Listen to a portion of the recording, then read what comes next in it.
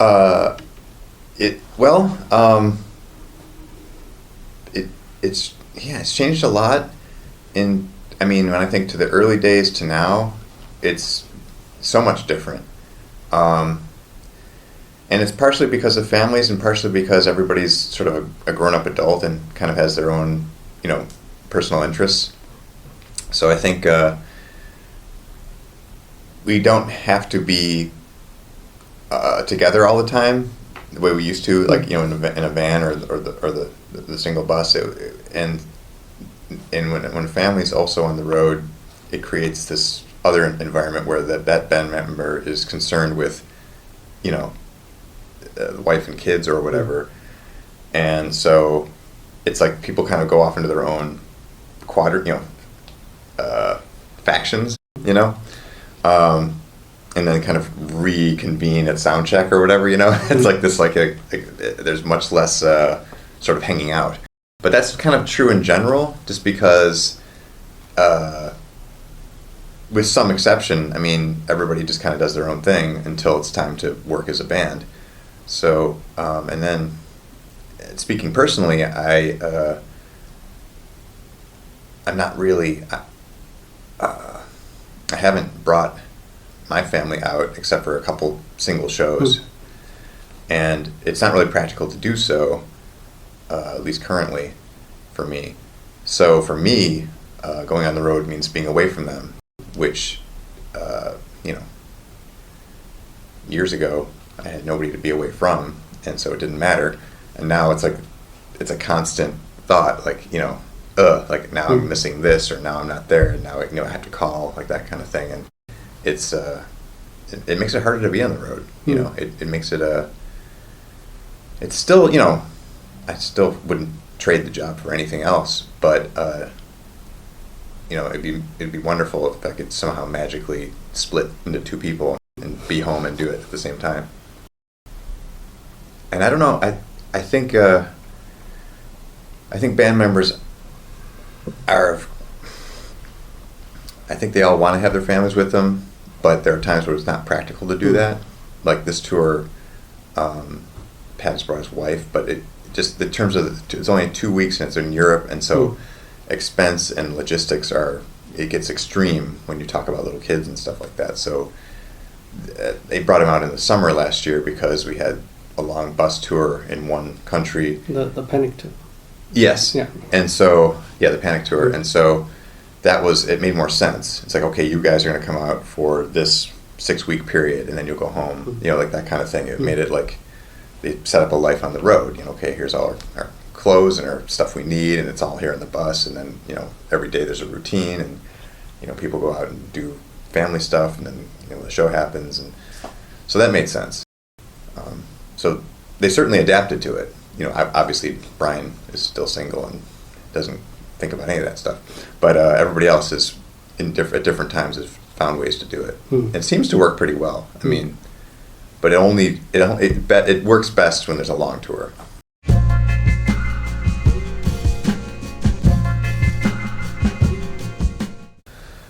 Well, I don't even remember what they were in 2008, but I can say that what's felt like it's changed to me is, with the rise of social media, the sort of need for immediate content to go out has completely eclipsed the need to kind of do a kind of recap story about what happens. And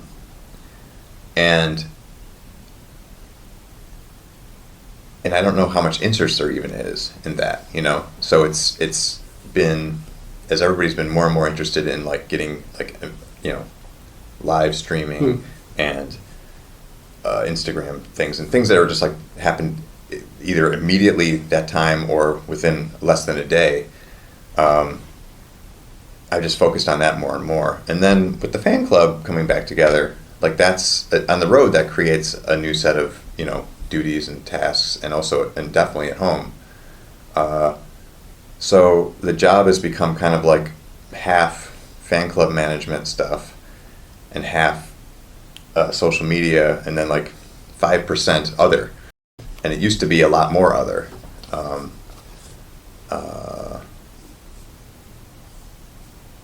but that hasn't, like, nothing's been like eliminated. It's just, as far as like when I objectively look at my time, like how I'm spending it, that's what it is right now. But that could change, if there was some kind of a project or something coming up that, diverts more of my attention away from it. And all sorts of little things happen all the time. Like, there's our video screen stuff in the shows. And so I'm often working with the lighting director and helping her get the right photos for, or finding videos to use and stuff like that. Just things like that will just crop up, like, hey, Karl, can you help do this? I just jump in and do it. But the main stuff that just sort of seems to happen is, it's like, I still consider the social media stuff like basically Karl's Corner. It's just not like a story. Like, hey, let's read a story about what happened today. It's more like, well, here's some Snapchats, here's some Instagram things, and here's a live video. And maybe in a when I get my act together and I look at my pictures, I'll put up a few more pictures from the show later. But there's not much else to say. I mean, the news is all like kind of more official stuff now. It's like and the band's management takes care of a lot of like the big announcements. Like, okay, we're going to be on this TV show, or here comes the new single. It's like, yeah, I can talk about it, but they already do that. So it's not really interesting for me to unless they ask me to do something. Because sometimes I'm asked, like, hey, can you speak about this new single, or can you, contribute in some way? So it just kind of depends on what happens day to day. So Gratitude now. Oh, yay! Everybody's favorite. Is it?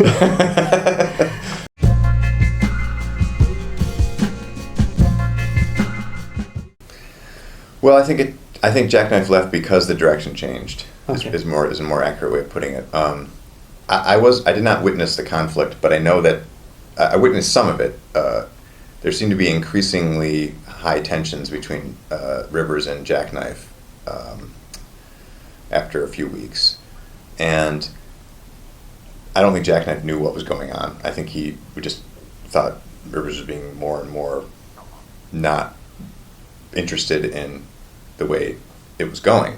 But he didn't know, so they had these little meetings and conferences, and they go over lists of songs and ideas and stuff. And I don't know exactly what happened, but after the first session was done in late, whatever year that was, 2008, because I went home, I remember, and there was going to be a second section scheduled early in that 2009, and somewhere around there, it was Jackknife left the project. And that's when they started working with Butch Walker, I believe. And I think part of it was, and I can only speculate, I think Rivers was just dissatisfied with how it was sounding, and his own interests as far as what he wanted to do were starting to change, or had been changing, or maybe had changed already and we didn't know. So he got more interested in working with Butch and more interested in doing, I guess you could say more pop songs. So the album ended up being like, okay, now we've shifted gears and we're going to do these, drop a few of these songs and add some of these other ones, like She Got Hot, and, If You're Wondering, like that. And so in the end, the album's kind of like an aggregate, it's like some of these and some of these, and I don't know if it blended or it didn't blend, but yeah, I mean, it was I know that as soon as Rivers got in the studio with Butch, he became more relaxed, and I think he felt, this is more what I want to do.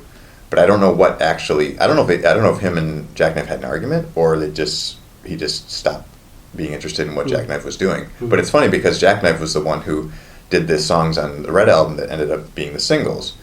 So it was possible that it wasn't Jackknife's production style. It was simply the material Rivers had brought to start Gratitude. He became disinterested in because he started writing new stuff. That's, in my opinion, more likely what happened, because he often comes up with new stuff and doesn't get loses interest in what he had going before. So it's probably that. And if Jackknife did not get what was going on, like, why are you not pursuing these songs that I think are good and we should do, then he might have said, like, I gotta go do something else, see you later. It might have been something like that. I'm guessing, but I bet I'm not too wrong.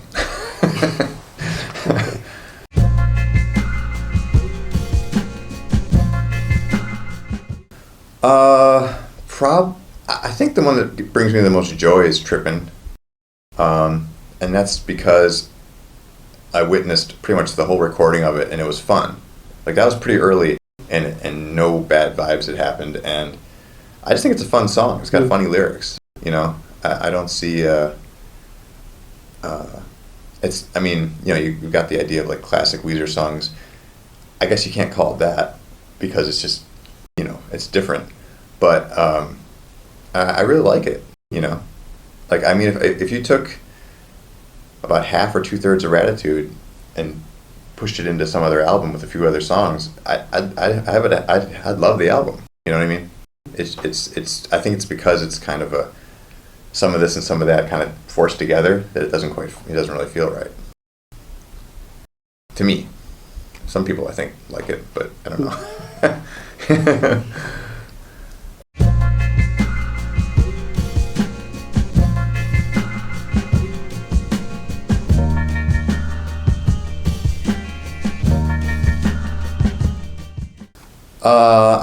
I suggested I Can Love because I loved that it was just a rough demo, but I really liked it.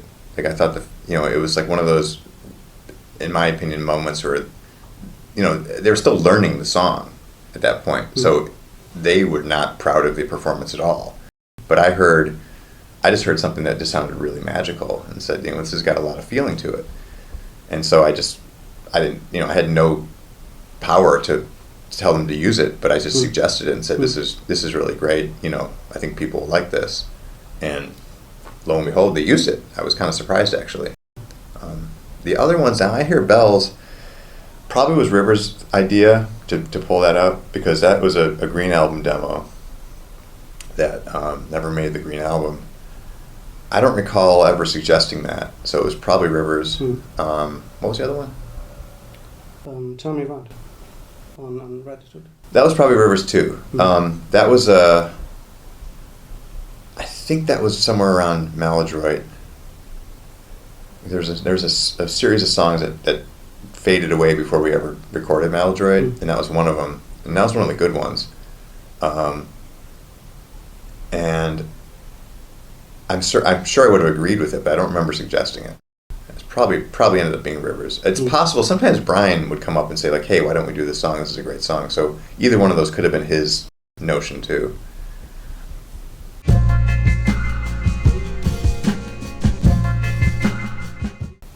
I don't know what they were obligated to do. Like, once you released the last album, they were free of the contract. But did that mean, I don't know what strategy there was behind that, because I don't know.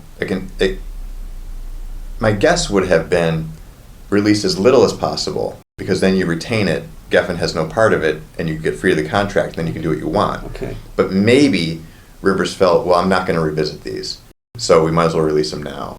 And, maybe Geffen was pressuring for more B-sides, and he said, fine, take these old songs. It might have been something like that.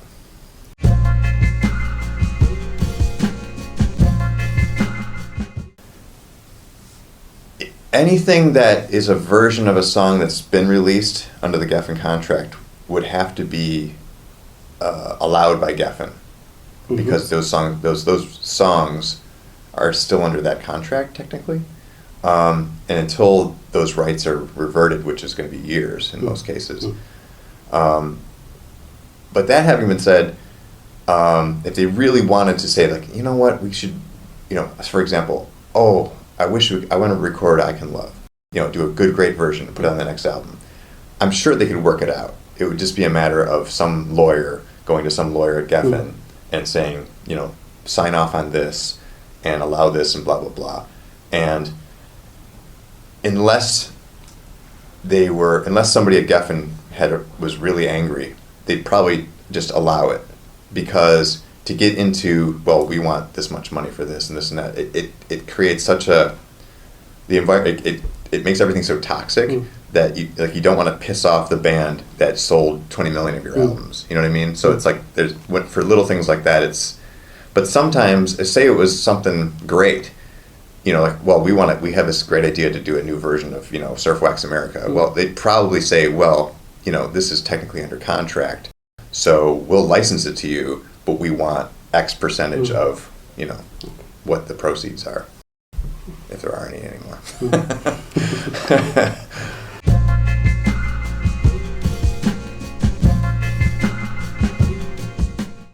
I would love to do that.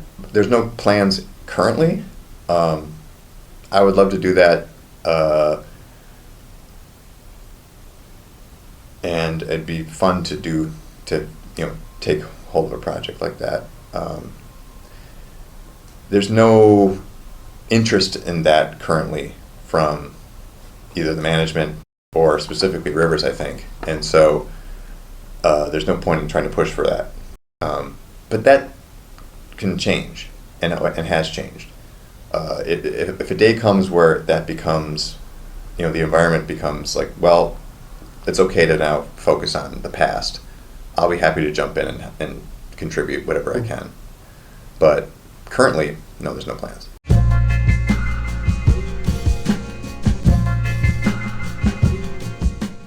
I like that idea too. Everything released for the fan club, like when a song is sort of set out into the world like that and pressed up and sold in effect, it becomes like, I guess it's kind of like, I think the issue is like, there's an issue of strategizing what is done with material. It's like, if we basically give this song away, it's not going to earn anything anymore. It has no potential after that point, because now it's a fan club exclusive B-side. So for me to convince somebody to do that, it would have to be, I'd have to have a really good argument for it, besides just they'd love it. It's like, well, of course they'd love it. I mean, I know, we all know that. But, what makes a song specifically good for that, as opposed to good for holding on to and doing something else with, which is what he might want to do, And also, since it's anything old, it's like Rivers isn't frequently thinking about what to do with his old material. So you have to, first of all, find an opportunity to speak about that stuff, and then when you do, have a good argument for why it should be used that way. So it's not impossible, it's just, you gotta wait for the right opportunity.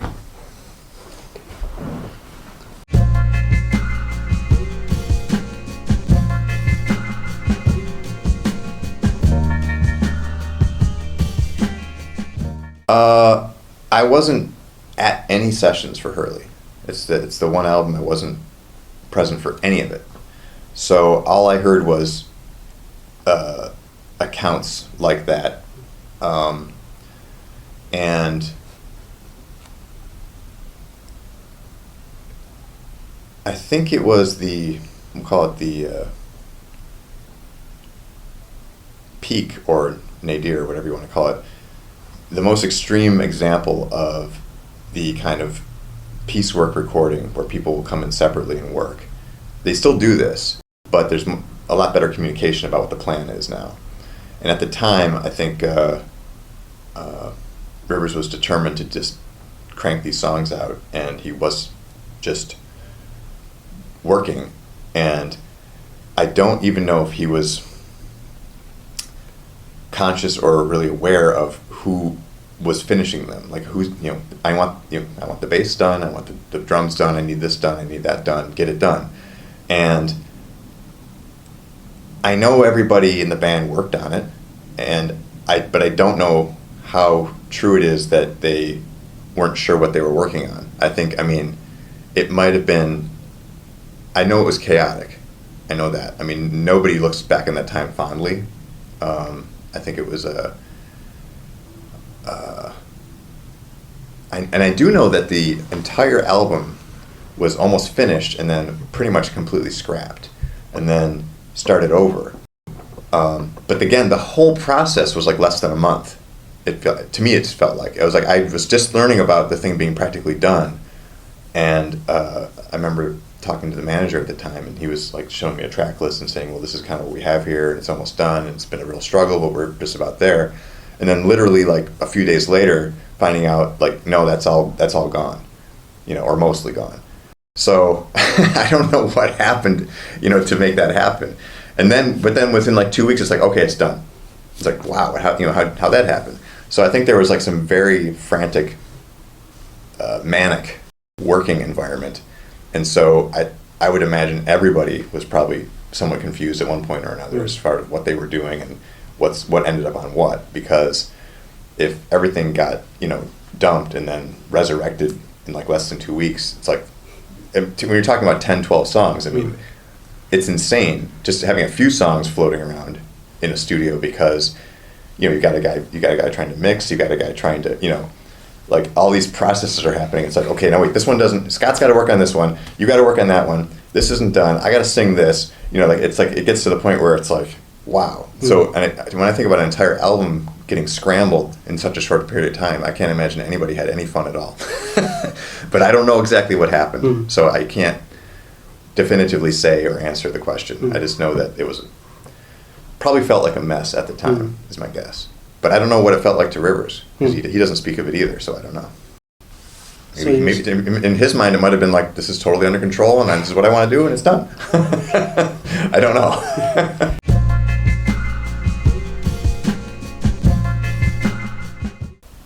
I can't answer that question. I just know, obviously that was intentionally made to sound junky.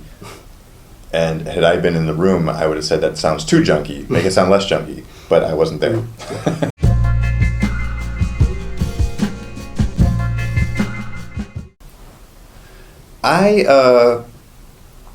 As far as them going indie, in my mind it was kind of a funny thing because they were not an indie band, but I think it was viewed as kind of an experiment. It was like we were good friends with Brett Gurwitz, the person who ran the label, and the band's manager at the time was close to him. So they talked and said, what can we do? And basically the only issue was, you guys are an indie, but can you distribute this nationally and globally? And the answer was yes. And the only thing the band sacrificed was there was like no budget for anything beyond releasing the album, because that's how Epitaph works. So it's like you deal with your own touring, deal with your own, whatever. They'll do a minimum amount of marketing, and hopefully it sells itself. And that's exactly what happened. And actually, that's kind of what the band needed, because they had enough, experience and profit to fund their own albums and fund their own tours at this point. So to become like a business entity like they are now, where they don't really need to take money from somebody to do something. That was kind of like the first step in that direction. It was like, we don't need Geffen, we don't need a label. Big labels kind of are in trouble anyway. Like this was already at a point where the writing was on the wall as far as album sales. So perhaps what we need is a good company to distribute the album, and that's that. We'll do the rest. And and Brett was totally into that. He was just happy to, he's like, it's a feather in his cap to put out a Weezer record. Because the funny thing about that is all like the Southern California punk bands were really into Weezer. And Weezer was like, felt like, why do they like us so much? We're so not cool compared to them. Like when we don't have tattoos, we don't have chains, we don't have like, we're not tough. We don't have this like Southern California image really.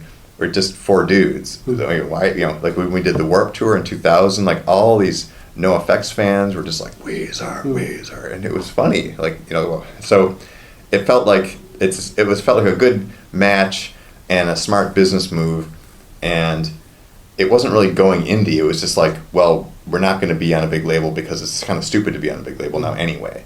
We need to do something else. And that, at the time, was the only something else that made any sense, I guess.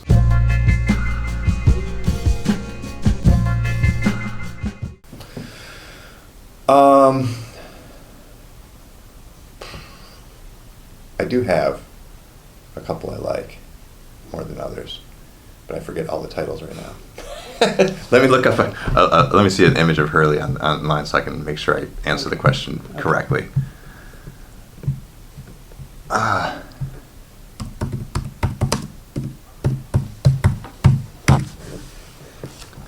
Okay, here it is. Oh, it's on Wikipedia too. All right. Track listing.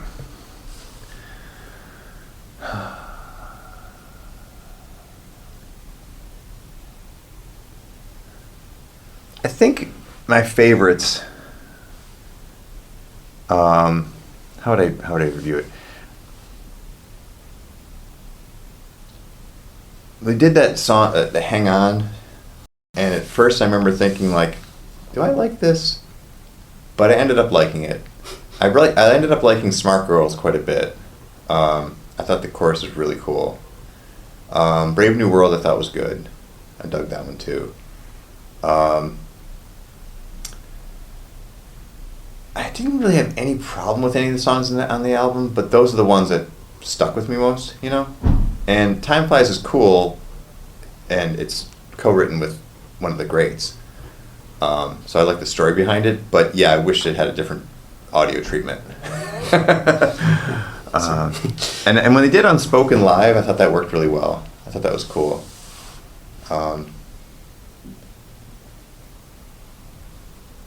Yeah, those are the ones. Okay. To me.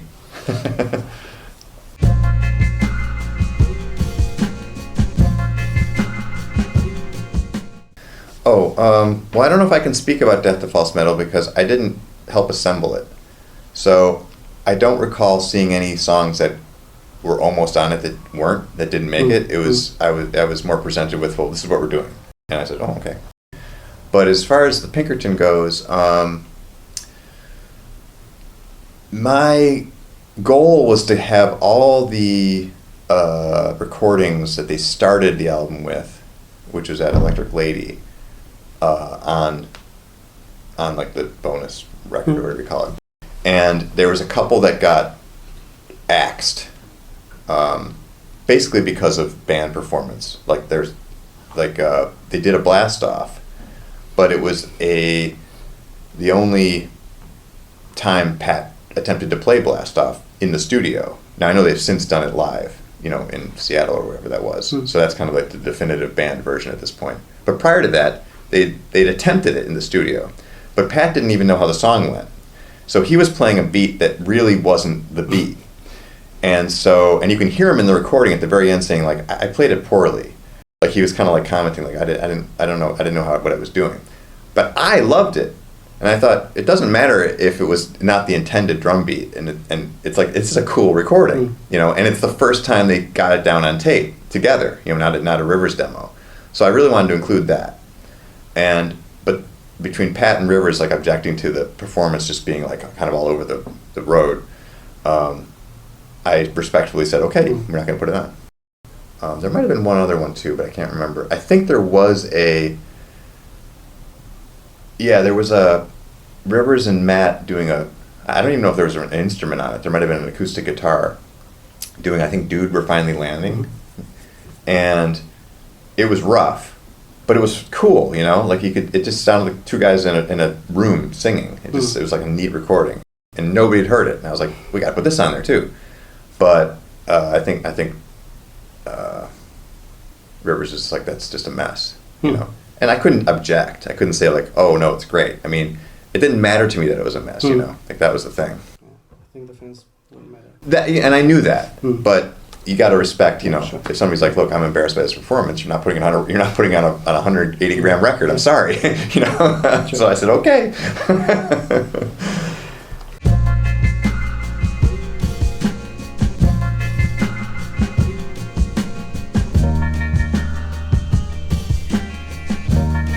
Well, I think the initial concept was let's gather together songs that didn't make it, and so that's kind of like an alone concept. But I know that there's a couple songs that he ended up going to the studio and working on before it was released. So I think that's why he called it an album, because he felt that he took these disparate songs and shaped it into an album.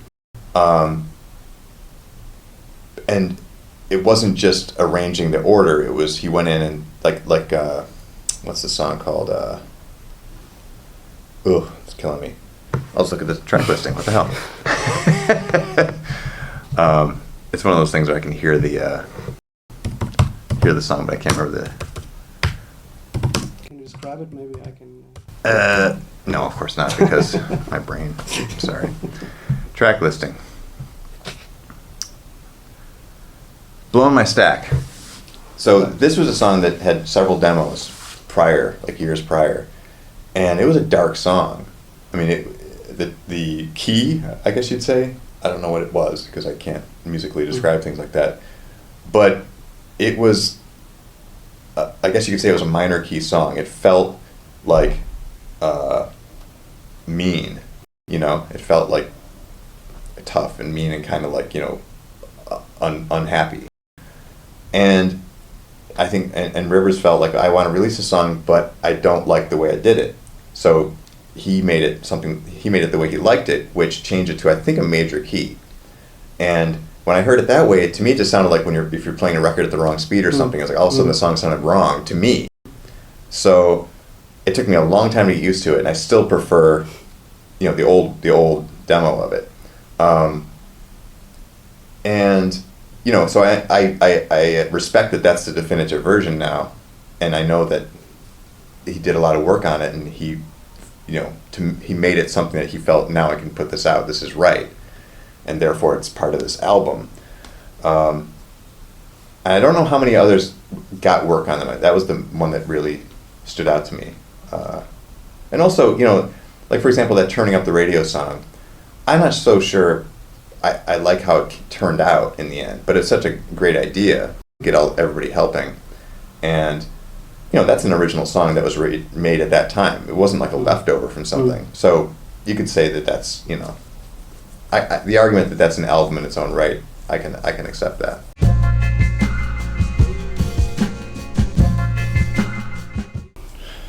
Possibly never. There's certainly enough material to do it, but I don't think Rivers is interested in doing that. I think he's. I know he feels that that album could have been something far different than it was, but when Gently pointed out that, well, you could release a deluxe edition and include what it could have been, you know, he's not interested to date, he's not interested in that. But if that ever happened, that's exactly what I would want to have happen to it, because there's at least another entire album that it could have been that was almost nothing the same as what was released, in terms of like older demos, in terms of songs. Like it could have had Prettiest Girl in the Whole Wide World on it, like things like that, because those were songs that had led to that time, you know, in 2000 and 2001. Like those were the songs that were kind of in the mix at the time. And a lot of that stuff was rejected fairly late in the game when it came time to get in the studio with Rick Ocasek and make this tight little album.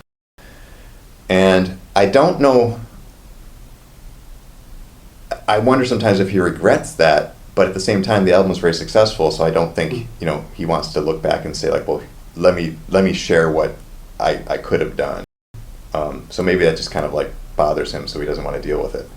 But if it ever comes up, you know, I'll be happy to help make it happen, because I know exactly what should be on it, and there's plenty of material.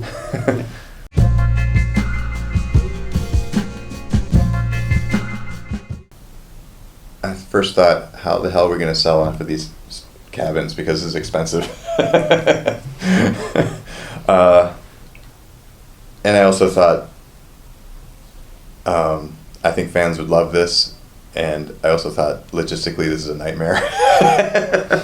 But with enough effort and time and money, I guess you can make anything happen.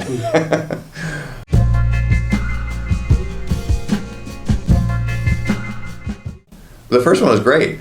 The second one was beset by some problems. It wasn't really the fault of anybody. It was like we had weather problems, big weather problems. But yeah, I mean, it could have been as good as the second one had that not happened. And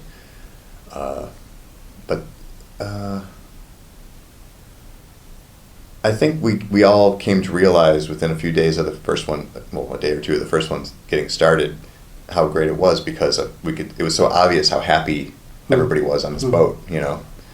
So, which made the second one a little sad because, you know, a couple hundred people couldn't even get to the boat because of the weather, and then it was cold and all this stuff. So it was like the spirit lived on, but it was like kind of big, almost like people were being punished for doing it again. It's like, you know, how dare you try this again, you know?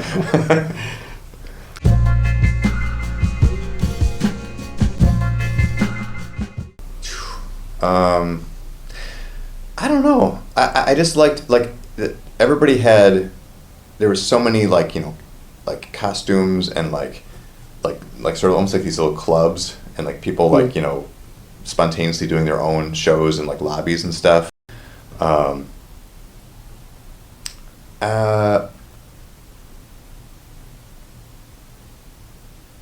It really felt like, you know, there was no, like, nobody was left out, you know.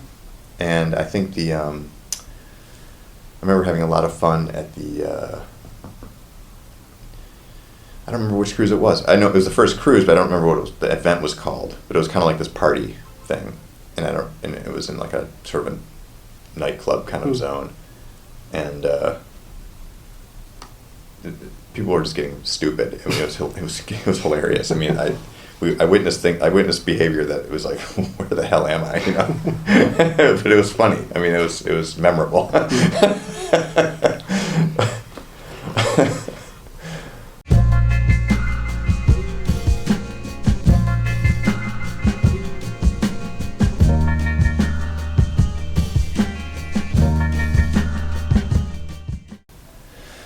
Well, it certainly, I mean, Hurley, the album, I felt was a bit of a misstep in terms of it just didn't, for one, you know, it was funny to put Jorge on the cover, but it kind of felt like a you know, too flippant, like just, you know, but this doesn't mean anything, you know, like I laughed, but then I was like, but you can't just laugh, and like that's not enough, you know. So, and I know that he was put on the cover because it made Rivers feel good, like he loved his face, he loved the guy, and that was cool. But it was like, yes, but what else is going on here? So at first, that whole time period felt a little like lost to me, and I remember early on we had to do a video for Memories, and we did it with the Jackass guys at this place called the Pink Motel in the Valley in Los Angeles. And I was thrilled to go there because this was a famous pool for skateboarding. It was featured in one of the Tony Hawk, Powell Peralta videos back in the day. And I was like, I get to skate this thing? This is great, you know. I got hurt really bad. I fell into the bottom of the pool. Appropriate for Jackass. Yeah, I know. I didn't break anything, but it was like, it was a bit of a, you know, like if that hadn't happened, I would have had a better day. But that gave me some hope because like everybody was so into it, and like, you know, it was a fun day of filming, and it turned around from there. And then when this Memories tour was announced, like when that idea came up, I felt like this is a good way to do this because having a headlining tour on Hurley didn't feel right. You know, it just felt like there's not really any focus. Like, what's the plan? Like, what do we, you know? But when it turned into like, well, we'll do these memory shows. So we'll feature Memories, the song, and we'll count down, and we'll do the old albums. I felt this is a great. I was really like, this is what we need to do.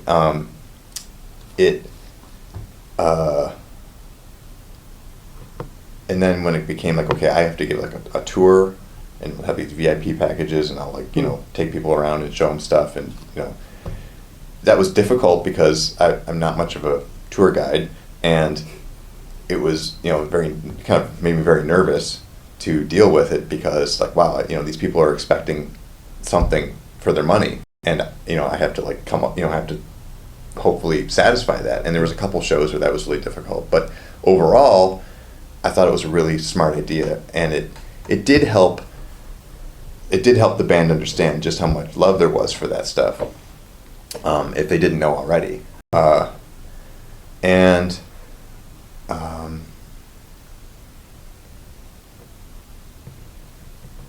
I guess for me, you know, it was sort of, it made sense to naturally go into an album that kind of recalled that more classic sound. I don't actually know if that was intentional at first. I think there was a long period of Rivers working on songs, you know, several years actually, like I would say 3 years. And I think he was really searching, you know, like where's this going to go? And like we eventually released Everybody Needs Salvation as that 7-inch. Like that was one of the earlier songs in that process. And I think these were like genuine and heartfelt attempts to describe this sort of passion, you know, that he has. But at the same time, he always writes new songs, so he kept saying, well, okay, those are, you like, you know, we like these, but you know, I have like 10 new ones you got to check out. So it was constantly like, well, what about these? Well, what about these? What about these? So I started getting concerned, are we going to do an album? Like when do you say it's enough and do it? And in the end, Everything Will Be Alright in the End ended up being about what I was hoping for. And it did feel like like emphasizing what people classically knew about the band, you know, and introduce a few new things, but I would say it was, you know, fairly not a nostalgic trip, but just like in that spirit. And so it felt like, okay, this is a nice place to arrive at, you know, like maybe, you know, doing these memory shows kind of did lead to this in a sense, maybe not directly, but it was like a chapter, you know.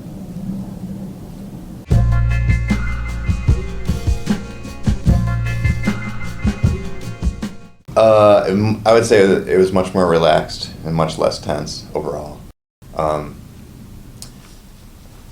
I think that the band made a valiant effort at recording together in the studio for that album, and I know that was in part due to, you know, Rick's interest in working that way. I think they discovered that that's not always easy for them, even though you'd think that that's the right way to do it. It's like sometimes that doesn't work out too.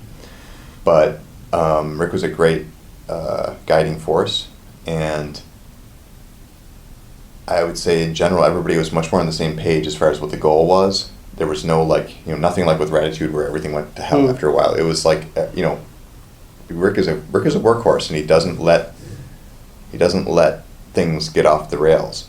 The Green Album tension, you know, I think Rivers was in quite a mood for about a year there, and it wasn't Rick's fault. It was like, you know, it's just Rick always does what Rick does. He's like, okay, he's the taskmaster. It's like, okay, we did this song, we have to do this one. Now let's get down to this part, and you know, what are you going to do about this? And I think we need lyrics for that. Like he has a list of what has to be done and what he thinks it should sound like. And it's very tough to change his mind about, you know, well, I want to do this song, not that song. And he's like, well, I don't know. This is a better song. Like he's very sure about what he's right about, you know. And it takes a lot for him to go like, oh, okay, we'll do this instead. So on the Green Album, that was tricky. But in this one, it wasn't conflicts. It was, you know, there'd be like these honest discussions, and people would come up with like, okay, we're going to go with this song, and we're going to drop that song. And it didn't feel tense. It just felt like, you know, a more natural working process. And I think everybody had mellowed somewhat with age too, in part possibly. Like I think there was, I mean, in 2000 and 2001, Rivers was 30 years old and had a lot of, anger over what had happened with Pinkerton still, and he knew he could make something great, but I think he was very impatient, and I think he was very, insistent on his way, and so it wasn't like, back with Blue where Rick was like this like savior that came down and like helped us and saved us. With Green, he was like I'm a successful songwriter too, and I don't know if I need you, but it was like, well, you do need me because you don't know what you're doing. It was like it was more like a conflict.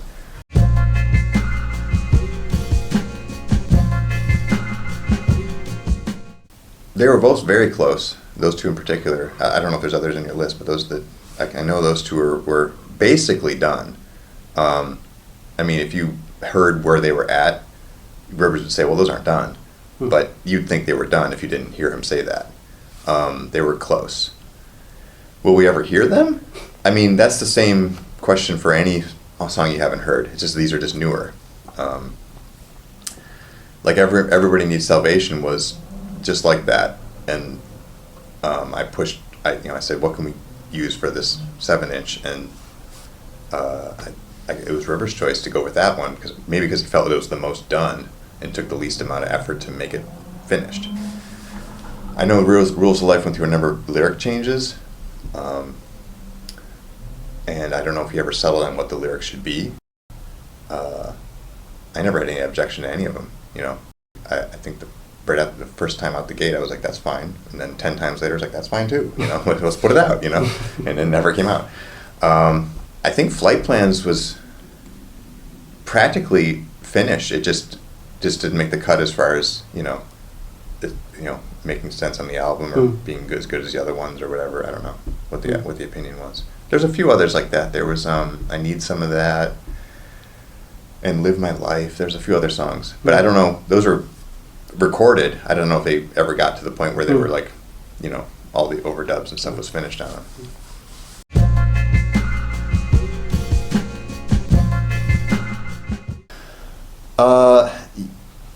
Yes and no.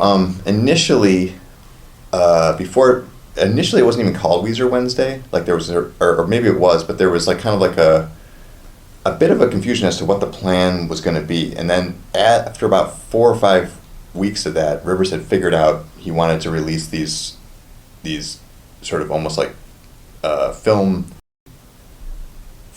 basically short films. Yeah.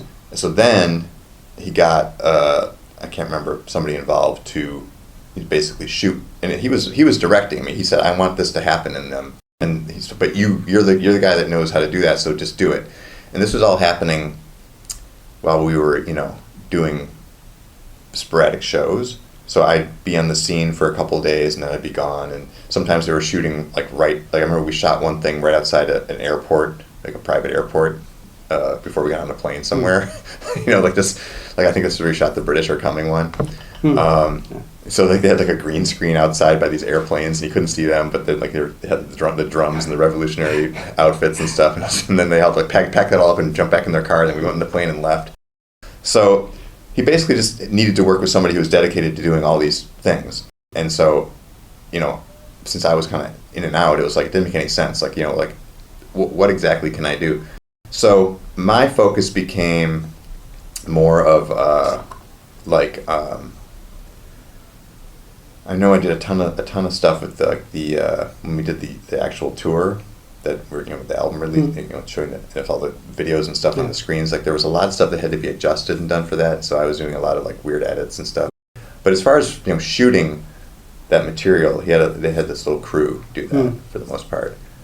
Initially, I didn't even realize, I don't think anybody quite realized what the plan was. So I know there's 1 or 2 videos I did early on, but they weren't sort of part of the series, as it were. It was like this more like weird introductory thing. I'd have to look at them all to even remember what happened, but.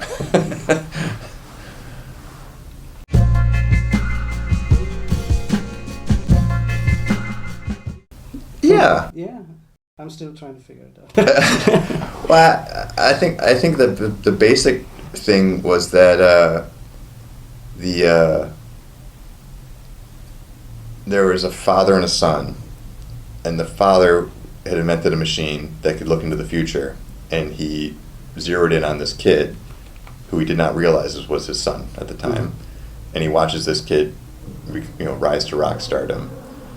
Now I don't remember exactly what else happens. There's the girl and there's some other stuff, but basically it's this realization that right before this scientist in the 60s is taken away to the madhouse or wherever they take him at the very end, when they realize he's been misusing his equipment or whatever, he has this. It finally figures out who he's been looking at, and it's his own son. And I thought that was cool because I like science fiction, time travel stories and things like that. I thought that was a cool idea.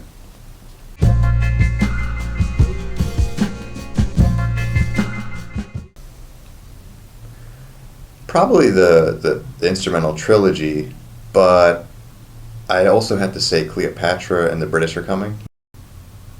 Okay.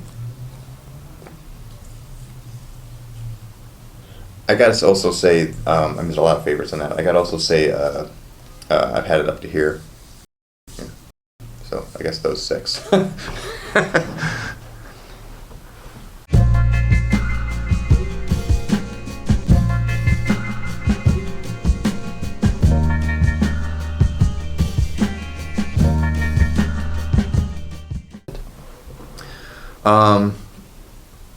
I could see it being possible, but I don't think it would be called Weezer.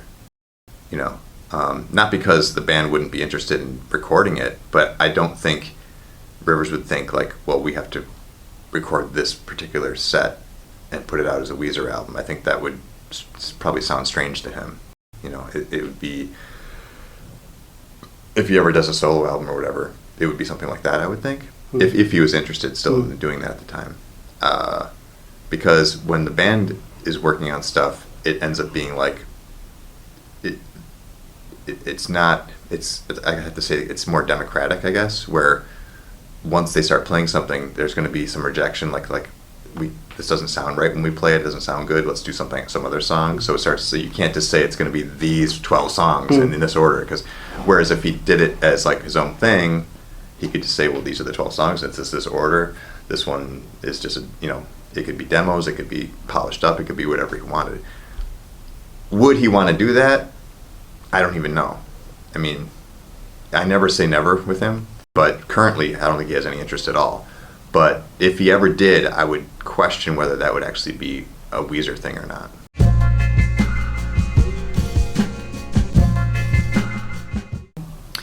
Well, I think there was initially worry about that because they had bad experience on Hurley like that.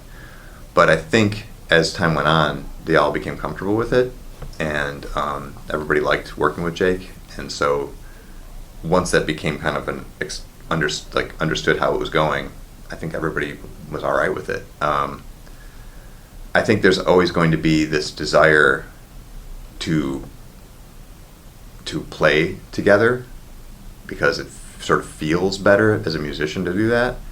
But in terms of like getting an album done and getting an album done that works well, I think everybody accepted, well, this is working. It may not be their particularly favorite way to work necessarily, but Jake was fun to work with, I think. I don't think anybody had a problem with him.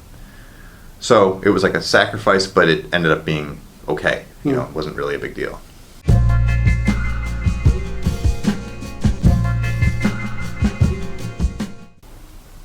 I don't know if there was more co-written with him. There might have been a couple that didn't make it that I'm not even aware of yet. I mean, it's almost like this is so new that even I haven't seen the fallout yet, But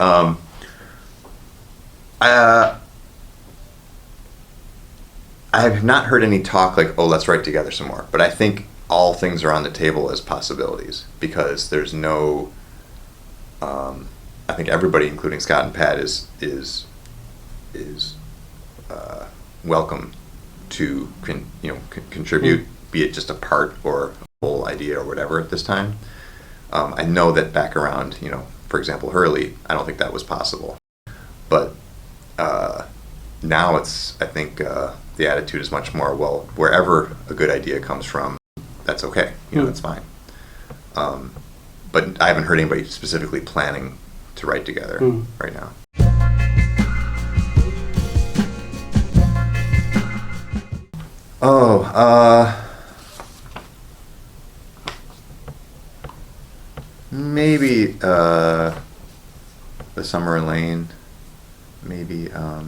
Maybe LA Girls. I like most of that album. I mean, I don't really have any objection to anything on the album, to be honest. I like some albums. There's a couple that I'm just like, I just would skip, but I don't think there's anything I'd skip on the album. But probably those two. I mean, unless I'm forgetting something. Probably those two.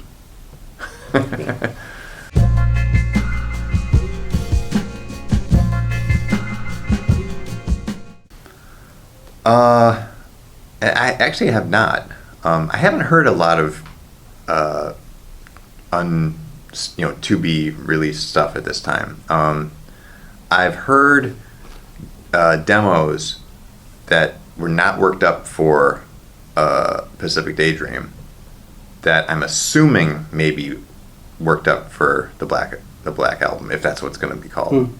And some of them I like very much. But it would be totally, I'm just speculating that they could be, I hope that they choose those and make a new album with those, But the style was not specific, like, in fact, the demos were quite rough. You could take it in any direction you wanted sonically. I know what direction I wanted to go in, from what I heard. But I don't know what, I think it depends. It really just depends on what happens when they get in the studio.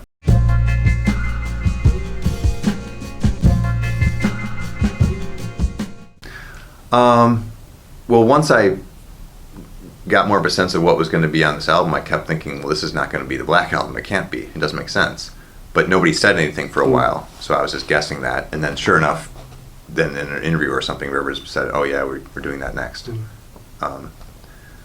But yeah, I kept hearing more in-process songs and thinking, this doesn't sound like the Black album to me, or what I would think it was going to sound like, So it made sense when it was changed.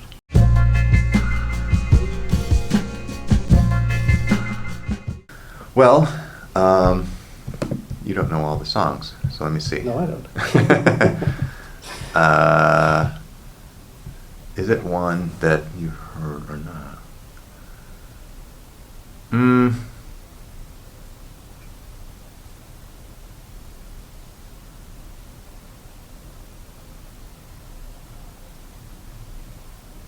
That's a tough one. Let me see here. Give me one more minute here. Whoops.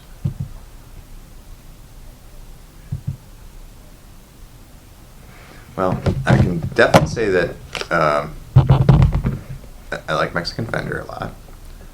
I like the Beach Boys a lot, but I'm still getting used to the final arrangement of it.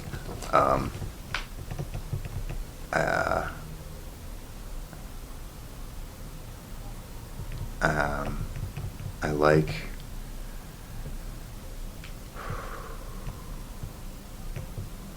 a couple of the songs you haven't heard yet. I do like Weekend Woman a lot.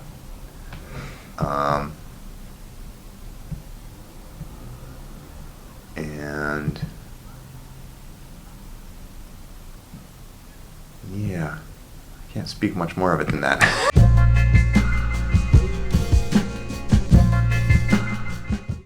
No, I don't have any clue what's going to be on it. Okay. I know a few songs I hope are on it, but I can't say their titles. Okay. I'll say A, B, and C. I hope they're on it.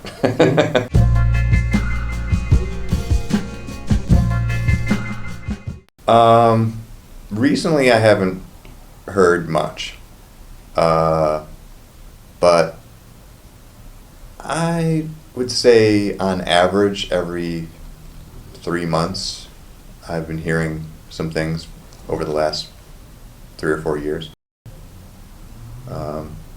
And that's changed in that in the olden days, prior to everything being digital especially, I would hear almost everything at all times. In fact, in progress, because I was either on the scene as it was happening, or this would date back to before he even had his own house and before he was married, and now he's got his own world, and he works and he does stuff all the time, and he's constantly writing, and you just I'll hear something when I happen to interact, or it's like, okay, what do you think of these? But it's like months could go by. In the old days, it was like I literally was watching him record on cassettes, and then I'd be like, okay, I'm going to dub that for myself and check it out, you know, and you know, and so there wasn't anything I missed, but now it's like he has much more control over when and where he'll share stuff. So I think a lot of things that he doesn't have any idea what to do with just end up in a big folder, you know. Like I'll you know, that's why he talks about, he like goes through stuff and like finds things that will work. I think he just has millions of ideas that are unfinished. So there's no point in sharing that because, you know, only he can figure out if he wants to use it or not.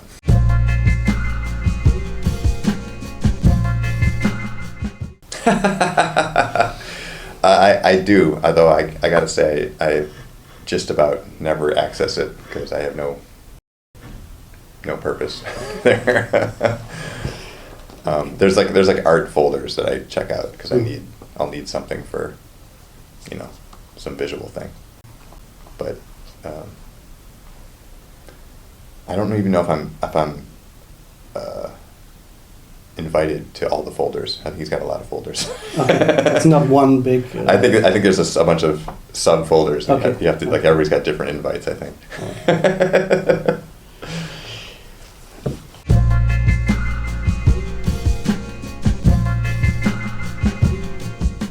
The most unfiltered.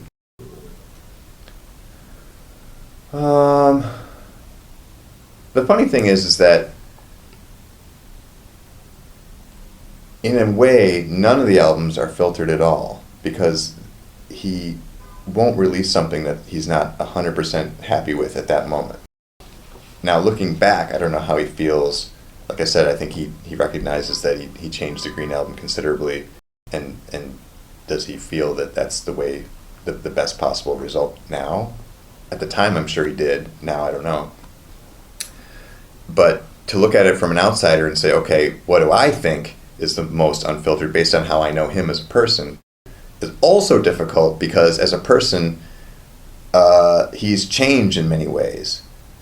But there's still who I know is inside there. You know, it's not, he hasn't changed like where I don't know him. It's like he's just grown a lot and a lot has happened. So every one of these albums in its own way is a very pure expression.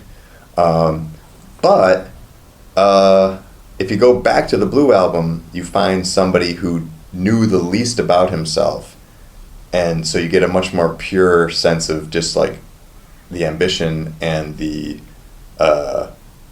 you know, like he almost didn't have any other tools in his tool shed but the ones he used.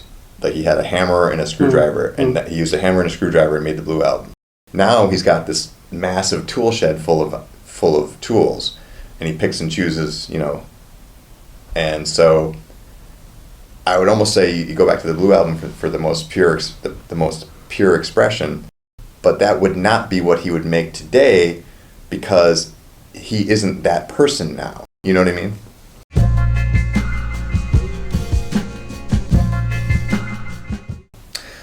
I don't think he has in the last several months or year or so, but he's been writing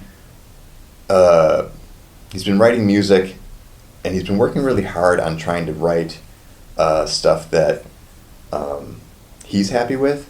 And I think he's gone through a lot of personal growth in terms of like understanding what he likes about music and what he wants to write it, you know, and he's much more interested in how it feels. Like he's not interested so much in like expressing specific things in lyrics and stuff. So he's making a lot of stuff. Some of it's electronic, some of it's like more like you know, I don't even know what the word is, like, you know, fields of sound, like, you know, like these big sound. But he kind of focuses. He gets out into these worlds where it's like, you know, very abstract, and he'll get into more specific stuff. And I know he has shared things with Rivers at times, like, you know, hey, check this part out. But he only does that when he's like he sold himself on it. Like, I'm really happy with this. So for the most part, he just experiments currently. I think, you know, he'll you know, focus back into something and say, okay, now I want this, and I got this, and we'll see what happens at that point.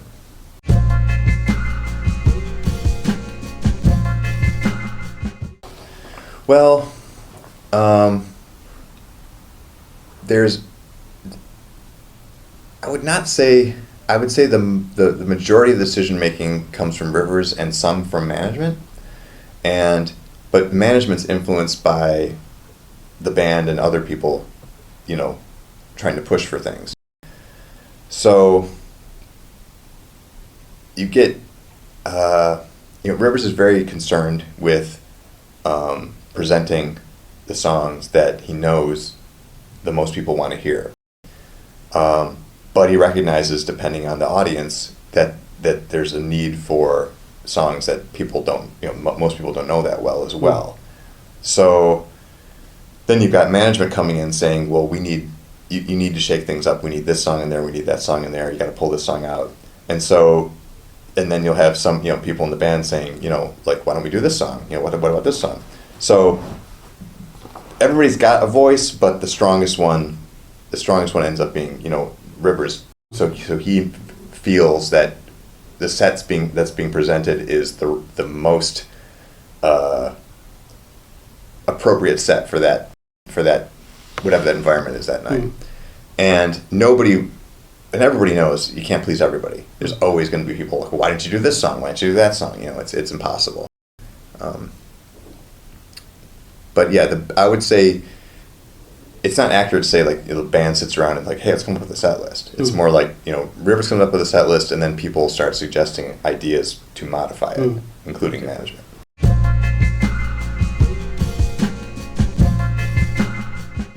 Well, I haven't been working on it much since my child was born and we moved. So that threw everything into disarray. Because we moved, since I moved, I've been intending on sort of rebuilding a studio to work in. And it's all there, but nothing's really plugged in and working yet. And so until that happens, I can't really work on music. And I can't really get that studio finished until, like, I've been doing a lot of work around the new house, fixing things and doing stuff. So it's been this endless process of like readjusting and finding time, and there isn't much time when you have a little kid. So I had this sort of unfinished album as of like probably 5 years ago that needed a lot of work, and I can't say I've had any time to work on it. Like, I think about it a lot, but as far as sitting down and getting music playing and recording, and it hasn't happened yet. It will. I would say probably not. The most optimistic I could say is I might finally get things functioning and working by spring, but I can't see it being before that because Christmas is coming up fast, and I'm still repairing my basement and stuff in places. Like, there's still a lot of work to do. So I'd love to be working on it right now. I've been regretting that for a long time, but there just hasn't been time. It's like it just sits there waiting to go, and it's like, I can't even like plug in a microphone and mic up a drums or anything yet. It's just haven't had time.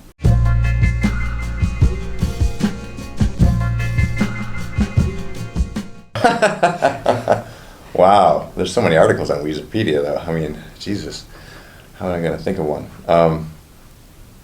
I have learned at times. A lot of times, it's things I just forgot, or being in the moment while something was going down, like a TV taping or something like that. I never even noticed something or didn't even realize something was happening, and found out later, like, oh, is that why that was going on, or is that why that person was there, or is that was that was.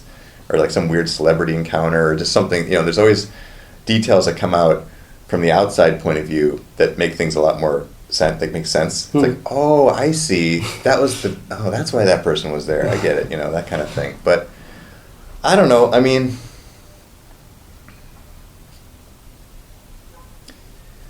I don't know. I've enjoyed reading a lot of articles. I'm just enjoying that they exist. I just enjoy that the whole thing exists, really. There's a lot of articles I want to rewrite and repair, but and there's things that make, I guess the things that make me laugh are things that aren't true. But it's like, it's cute because it's stuff that people couldn't know, you know? And a lot of that's like the early stuff, like things will get mixed up, like when somebody tries to tell an old story about, you know, Jason Cropper or something like that, and like somehow wires get crossed, and it's like, no, he didn't do that, it was this guy that did that, you know, things. But you know, that's not, you know, a mistake, it's just they didn't, you know, there's just a lack of information. But yeah, no, I love Weezerpedia. I'm really happy we got it fixed, and there's a lot to be done.